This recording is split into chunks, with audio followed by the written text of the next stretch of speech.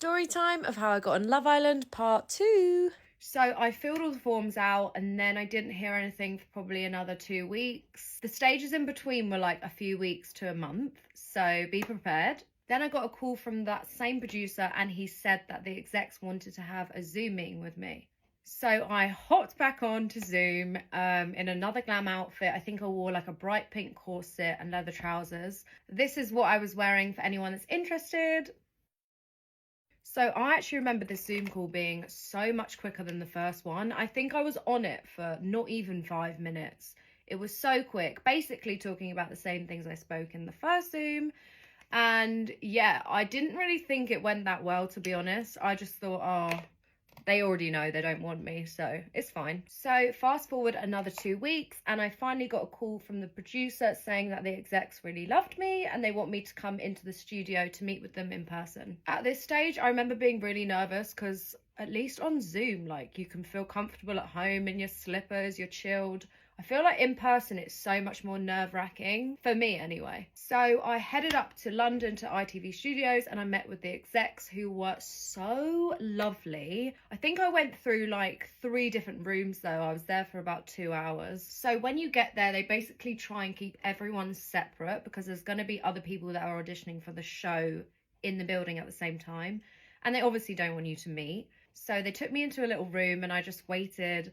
I was so nervous. I remember saying to the girl, I was like, I'm literally forgetting how to speak. Like, nothing was coming out. And then I finally got into the room with one of the producers and we basically talked about like how long the show would run for and just had a little chitty chat. And then I went into the next room and I think there were 2 producers in there and a big camera.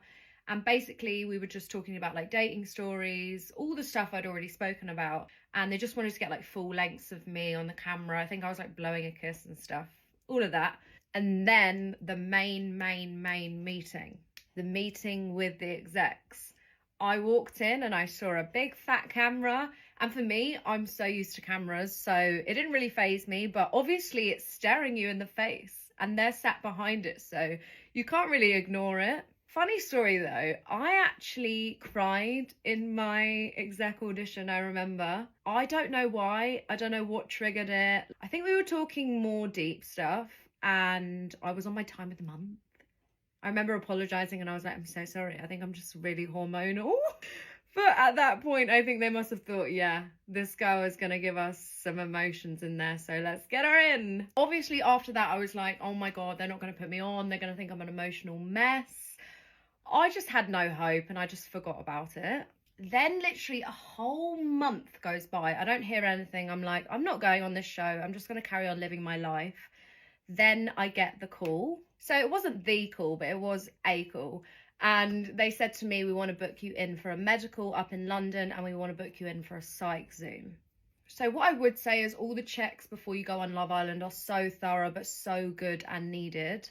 So the first one was a full body medical check. I went up to London and then the psych was basically a Zoom meeting again for like an hour. I spoke to a lovely lady and we just delved into like my background, my childhood, just to make sure that I was all okay to go on the show. Then this was where the long wait came in. The long wait. Make sure you're following so you don't miss part 3.